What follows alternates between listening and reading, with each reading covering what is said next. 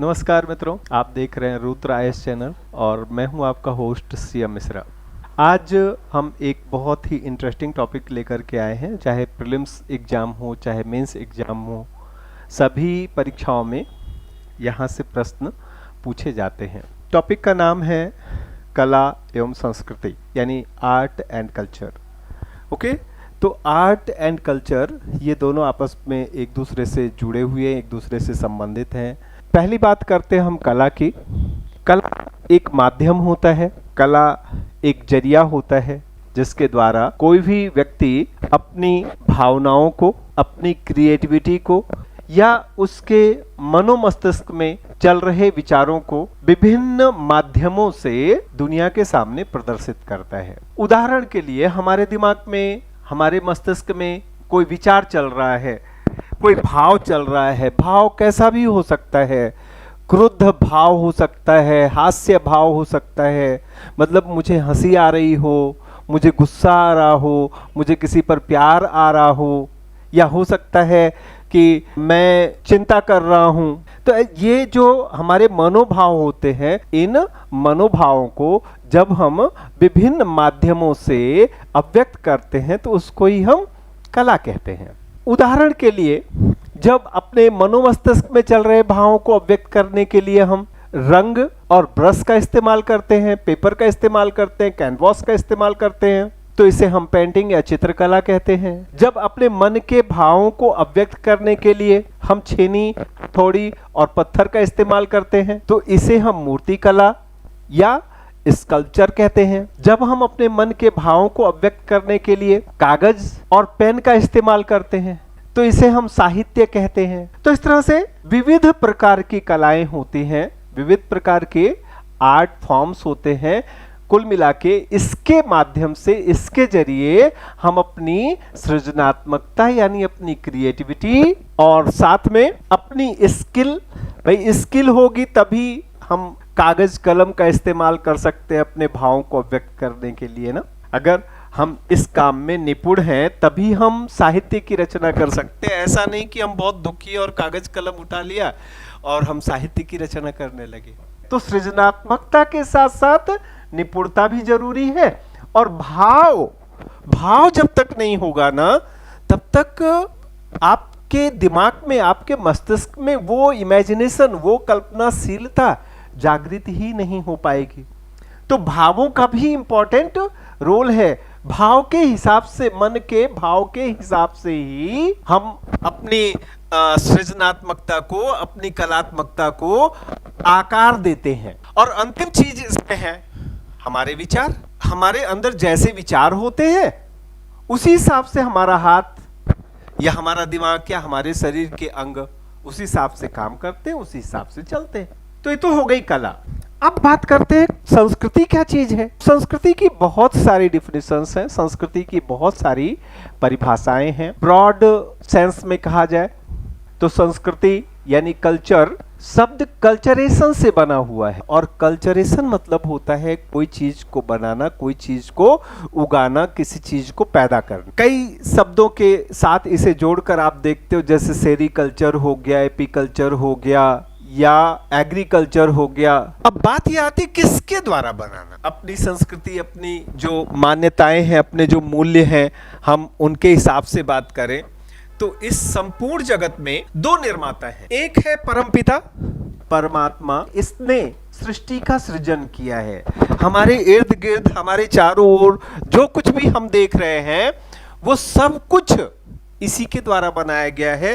तो ये प्रजापति है, ये ब्रह्म है, ये परम सृष्टा, परम निर्माता है। इसके द्वारा जो निर्मित किया गया है, वहां से रॉ मटेरियल यूज करके, वहां से सामग्रियों को इकट्ठा करके दूसरा सृजन किया जाता है हमारे द्वारा।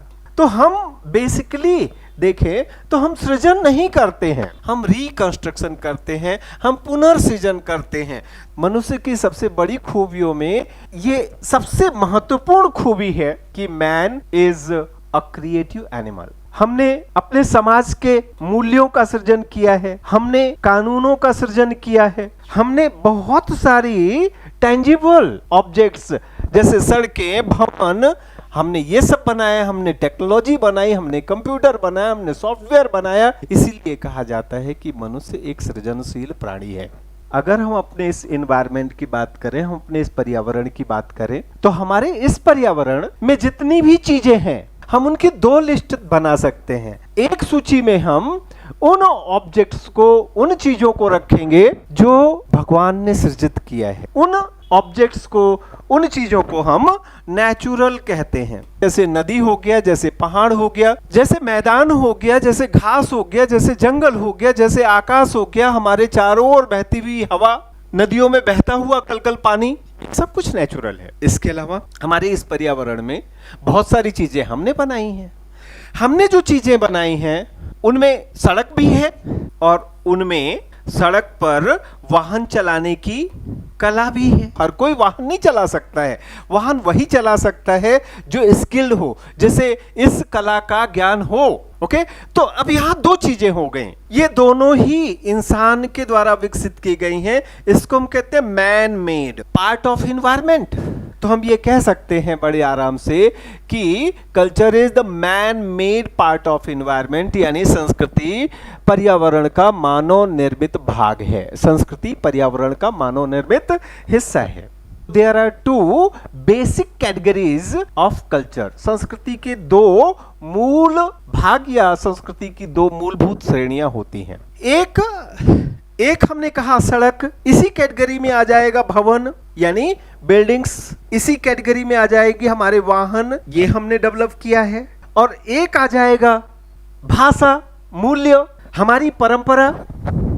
तो हम ये कह सकते हैं कि there are two basic categories of culture, यानी संस्कृति के दो मूलभूत भाग या दो मूलभूत श्रेणियां होती हैं, जिनमें एक को हम कहते हैं मूर्त यानी टैंजेबल, और दूसरे को हम कहते हैं अमूर्त संस्कृति यानी इनटैंजेबल।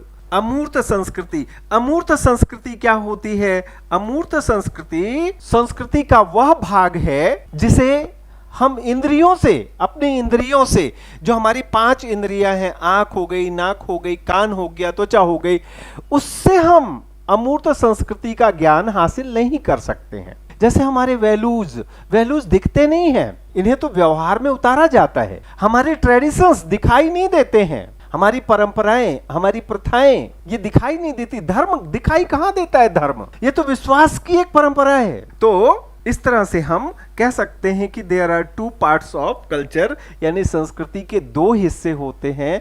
एक होता है टेंजिबल कल्चर और दूसरा होता है इनटेंजिबल कल्चर।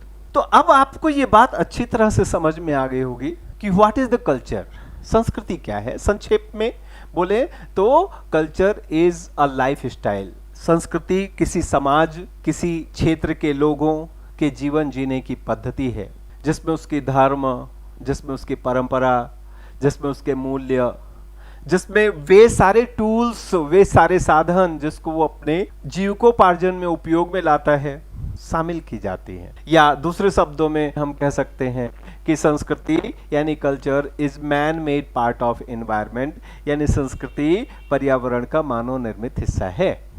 ठीक है, यहां तक बात पूरी तरह से स्पष्ट है। अगर हम संबंध की बात करें तो कला यानी art is a part of culture, यानी कला संस्कृति का एक विस्तृत जो संस्कृति का क्षेत्र है, एक आयाम है संस्कृति का, उसका एक छोटा सा हिस्सा है आर्ट। आज के लिए मेरे ख्याल से इतना काफी है। इसी सीरीज को हम आगे जारी रखेंगे। नेक्स्ट जो वीडियो होगी हमारी, वो इस पैटर्न को फॉलो करेगी कि हमारा पर्पज यहाँ कला और संस्कृति को जानना नहीं है, हमारा यहाँ बेसिक पर्पज कला और संस्कृति के माध्यम से खुद को जानना है। कला एवं संस्कृति के माध्यम से स्वयं को, अपने अतीत को, अपने इतिहास को जानना है। तो हम इस कला एवं संस्कृति को इतिहास से अटैच करके, हिस्ट्री से अटैच करके पढ़ेंगे। और मैं आपको बताना चाहता हूं कि निश्चित रूप से यूपीएससी में हर साल कम से कम 2 अधिक से अधिक 7-8 प्रश्न आर्ट एंड कल्चर के सेक्शन से पूछे जाते रहे हैं। यहाँ एक और बात मैं आपको बताना चाहता हूँ कि जब हम इस सिलेबस की बात सुनते हैं तो बहुत सारी बुक्स ने इसको बहुत लिमिटेड कर दिया है, बहुत सारी पुस्तकों ने इसका क्राइटेरिया बहुत सीमित कर दिया है, संकुचित कर दिया है। का परिणाम होता है कि हम पढ़ के तो जाते हैं आर्ट एंड कल्चर, लेकिन परीक्षा में यानी एग्जाम में हमारे क्वेश्चंस नहीं बन पाते हैं, बिकॉज हमने कुछ बहुत पॉपुलर चीज़ें, जो सतही चीज़ें वही सिर्फ पढ़ी है। उदाहरण के लिए अगर हम भवन निर्माण यानी स्थापत्य या आर्किटेक्चर की बात करें तो हम कितना पढ़ते हैं?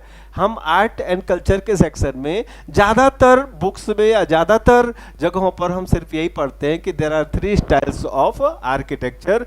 नंबर 1 नागर स्टाइल जो कि नॉर्थ इंडिया में है, नंबर 2 द्रविडियन स्टाइल जो कि साउथ इंडिया में है, एंड सेंट्रल इंडिया में जो बेसर स्टाइल ऑफ आर्किटेक्चर। सिर्फ यही 3 चीज हम पढ़ के जाते हैं और ये यूपीएससी भी जानती है कि बच्चे यही पढ़ के आए हैं। ये सिर्फ इतना ही नहीं है। अगर हम स्कल्पचर की बात करते हैं तो हम क्या पढ़ते हैं? हम वही 3 चीजें पढ़ते हैं। मथुरा शैली है, ये अमरावती शैली है, ये गांधार शैली है मूर्ति कला की। इसके अलावा हम कुछ जानते ही नहीं, इसके दायरे से हम बाहर ही नहीं आ पाते हैं। तो मैं चाहूंगा कि ये क्लास को हम और आगे एक्सटेंड करें और आगे बढ़ाएं। इससे पहले कला और संस्कृति विषय से पिछले 10 साल तो बहुत हो जाएगा, 10 साल नहीं 3 साल में क्या क्या क्वेश्चन पूछे गए हैं, क्या क्या प्रश्न पूछे गए हैं, एक थोड़ा सा स्नैपशॉट उसका, यानी थोड़ा सा एक एनालिसिस, थोड़ा सा एक डिस्कशन उस पर हो जाए तो चीजें क्लियर हो जाएंगी। ये जो वीडियोज रहेंगे 1 बाय 1 एक के बाद एक आपके सामने आते रहेंगे। निश्चित रूप से आपको इनसे लाभ होगा। और अगर आपको हमारा ये प्रयास अच्छा लगे, बेहतर लगे, तो हमारी जो कामना है वो बस इतनी सी है कि इन वीडियोस को लाइक कीजिए। अगर आपने चैनल को सब्सक्राइब नहीं किया हो तो चैनल को सब्सक्राइब कीजिए और ज़्यादा से ज़्यादा लोगों तक इसे शेयर कीजिए। थैंक यू, धन्यवाद।